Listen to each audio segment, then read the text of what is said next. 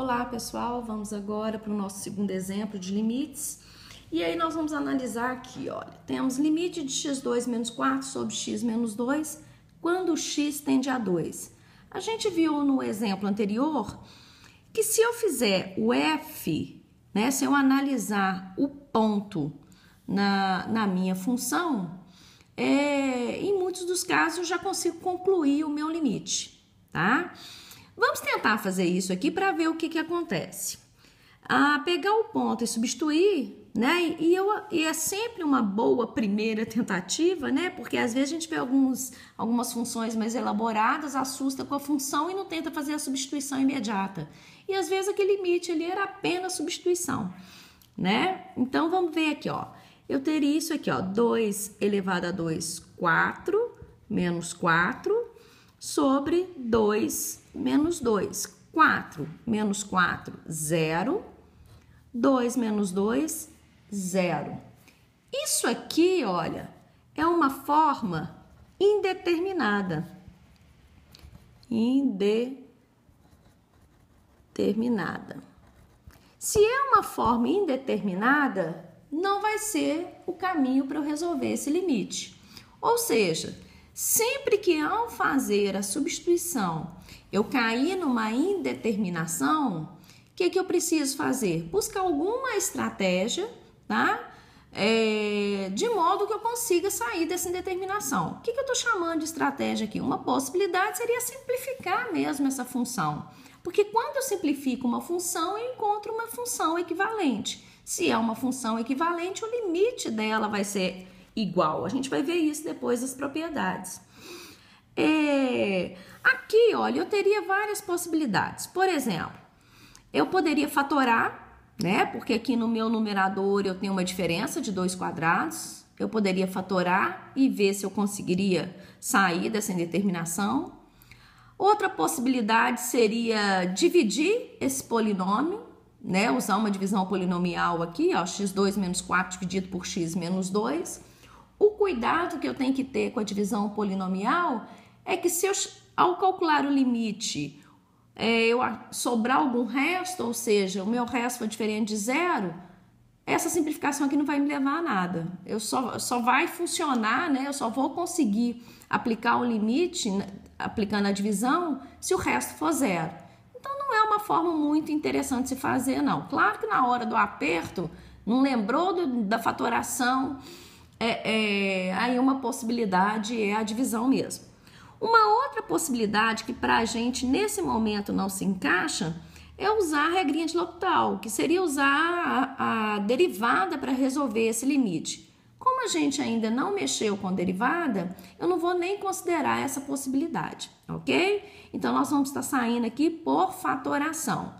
Nos vídeos mais à frente, a gente vai aprender como resolver o limite usando derivada. No caso de você já saber trabalhar com a derivada, né? Às vezes você está até repetindo esse cálculo, aí, como você já conhece a resolução de derivada, é uma boa alternativa, facilita bastante. Mas, em princípio, como a gente ainda não, a gente está considerando, partindo do princípio que não sabemos derivar, então eu vou estar trabalhando aqui com outras possibilidades. Aqui, então, eu vou trabalhar com a fatoração. Então, eu tenho aqui, ó, o limite, fatorando x2 menos 4, eu vou ter x mais 2 que multiplica x menos 2. O que eu fiz aqui? Eu transformei em produto, fatorei x menos 2 com x tendendo a 2. Por que eu fatorei aqui? Fatorar é transformar em produto. Para que a gente transforma em produto? Para conseguir simplificar. Olha só, agora eu consigo cortar esse x menos 2 com x menos 2. E aí o meu limite passa a ser limite de x mais 2 quando x tende a 2. Ou seja, o que aconteceu aqui? Acabei caindo no exemplo 1, né? Voltando lá para a função do exemplo 1. Esse limite aqui, ó, essa função é equivalente a essa. Na verdade, essa função aqui é essa simplificada. Então, o limite que eu encontrar para essa função é o mesmo limite que eu encontrar para essa. Isso é uma propriedade dos limites. Então, aqui, olha, se eu substituir aqui, eu vou ter 2 mais 2, o limite, então, é igual a 4. Olha só, vou até aproveitar aqui o gráfico do exemplo anterior, já que é a mesma função, tá? O gráfico ficaria exatamente o mesmo. Então, se a gente fosse analisar por inspeção, ó, aproximar pela direita e aproximar pela esquerda, eu ia chegar em 4. O único diferencial aqui é porque na hora de traçar o gráfico da função x mais 2 é esse aqui. Embora essa função aqui seja uma função equivalente a x mais 2, ela nessa forma aqui, olha, eu tenho que ter uma preocupação com ela. Por quê? Porque ela não está na forma de quociente. Se ela está na forma de quociente aqui, ó, esse meu denominador aqui tem que ser diferente de 0.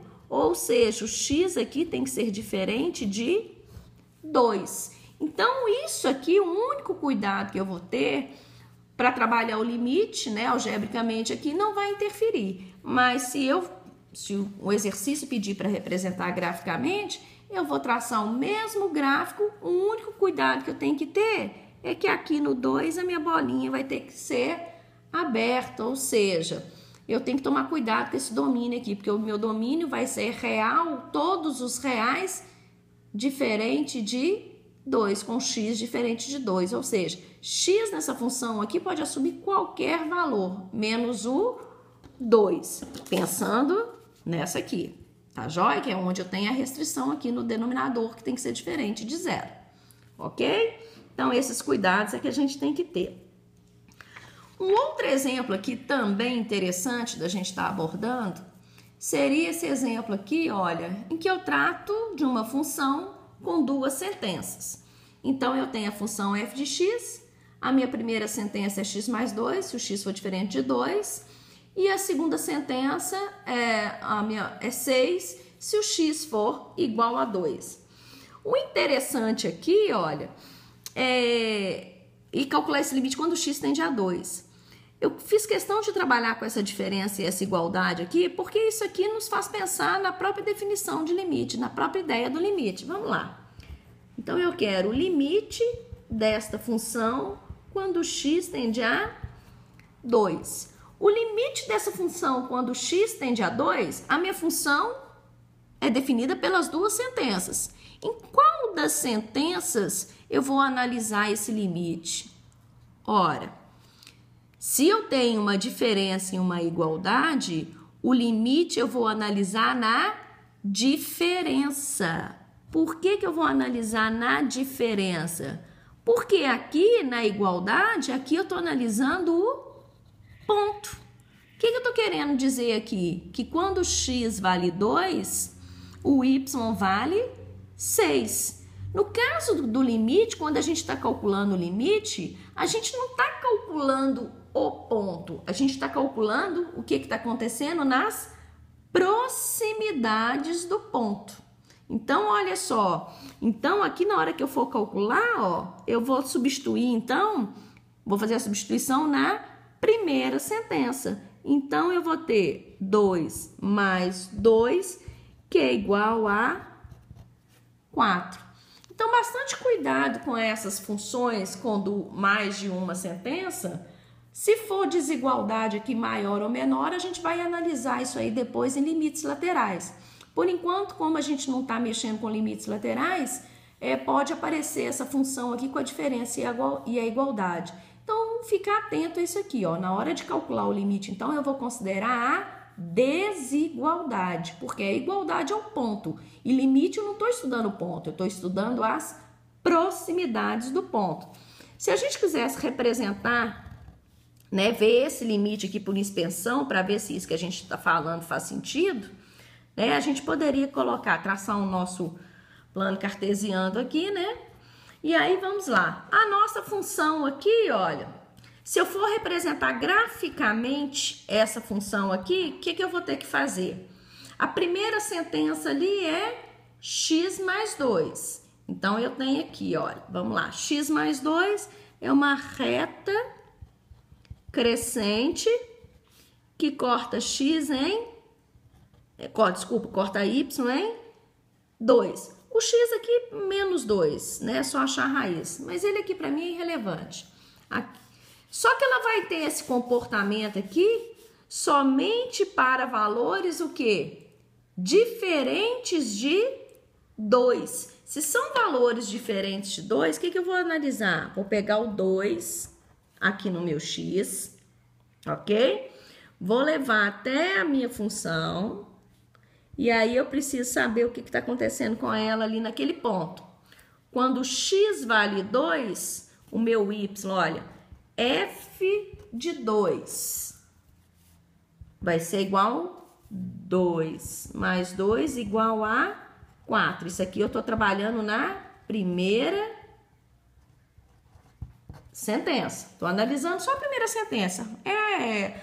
Isso aqui, essa aula aqui a gente tem nos vídeos anteriores, né? Quem tiver um pouco de dificuldade nisso aqui, é só olhar isso aqui nas aulas lá nas funções definidas por 2 ou mais sentenças. Então, tracei a projeção aqui da minha primeira sentença e agora eu vou definir meu intervalo. Ela assume esse comportamento aqui para todos os valores de x diferente de 2. Então, a minha função realmente vai assumir todo esse comportamento aqui, menos no 2. Então, eu tenho uma bolinha aberta ali no 2. E a segunda sentença aqui? A segunda sentença é 6, é uma função constante. Essa função constante aqui é uma reta paralela ao eixo x, perpendicular ao eixo y, cortando o y em 6, ok? Então, olha só, ela assumiria esse comportamento se fosse só f de x igual a 6. Só que ela assume esse comportamento aí somente quando o x é igual a 2. Então, a gente vai prosseguir aqui. E lá no 2, ou seja, dessa projeção toda, a única coisa que a gente considera na segunda sentença é o ponto 2. Ou seja, a segunda sentença foi dada apenas um ponto, né? Quando x vale 2, o y é igual a 6. É aquilo que a gente já tinha visto só de analisar a lei aqui antes, ó. Então, o gráfico dessa minha função seria basicamente isso aí. Agora, olha só, para a gente verificar por inspeção o limite, o que eu vou fazer aqui? Vou pegar um ponto à direita de 2 e vou aproximar de 2. Então, vamos lá. Aqui a gente já tinha achado, aqui não escrevemos aqui não, né? Quando o x vale 2, o y vale 4. Deixa eu colocar 4 aqui. 4. Então, olha só. Então, agora a gente vai aproximar de 2. X, função y. X, função y. Tô aproximando de 2, ó. X, função y. À medida que eu me aproximo de 2 aqui, o que está acontecendo aqui? Tô aproximando de 4. Agora, ó, deixa eu pegar uma outra cor aqui. Agora, vamos aproximar de 2 pela esquerda, pegando um valor menor que 2. Então, vou pegar um ponto qualquer aqui, ó. X, função y. X, função y. Tô aproximando de 2 agora, ó, só que pela esquerda. X, função y. À medida que eu tô me aproximando de 2, o que tá acontecendo aqui? Também tá aproximando de 4. Aqui, concluiu aquilo que a gente já tinha visto algebricamente. O limite desta função aqui, quando x tende a 2, é igual a 4. Ou seja, algebricamente, eu vou analisar, se eu quiser analisar num exercício, me der só a sentença e não pedir para traçar o gráfico, eu posso simplesmente analisar na própria lei. No caso do limite, se tiver igualdade e diferença, eu vou analisar na diferença, porque eu quero saber as proximidades do ponto, não o ponto. E se pedir para representar por inspeção, geometricamente, eu vou representar, traçar o gráfico da minha função e vou fazer esses pontilhados. Esse pontilhado aqui não tem definição para a quantidade a distância, nem a quantidade de tracejado que você vai fazer, não. O ideal é você fazer esse tracejado até você perceber o movimento aqui em Y, se você está subindo ou se está descendo. Porque, na verdade, o que a gente está analisando aqui é esse movimento, ou de subida ou de descida. Ok, gente. Se gostaram da aula, compartilhe com os colegas. Nos encontramos no próximo vídeo.